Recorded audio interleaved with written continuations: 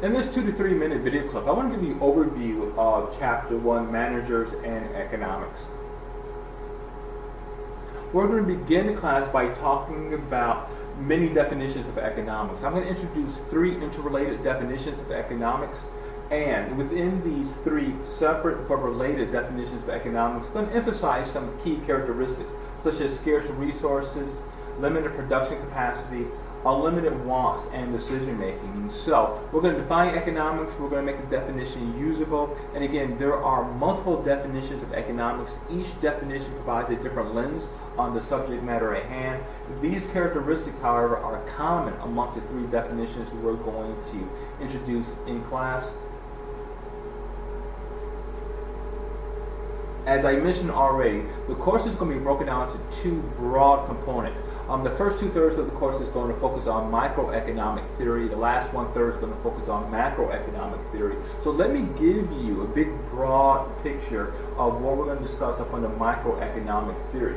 Traditionally, you talk about individual and household behavior within microeconomic theory, focusing on consumer preference and indifference curve analysis. Because we're pressed for time, we're not going to cover the individual component up under microeconomic theory. We, however, are going to focus on firm behavior.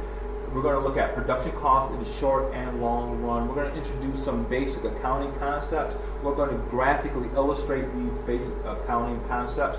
We're going to introduce economic profit.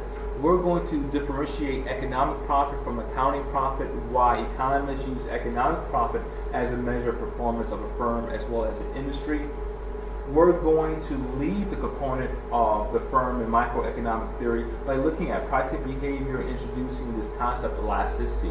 We're going to introduce actually 4 different types of elasticities, beginning with price elasticity of demand, price elasticity of supply, income elasticity of demand, and cross-price elasticity of demand.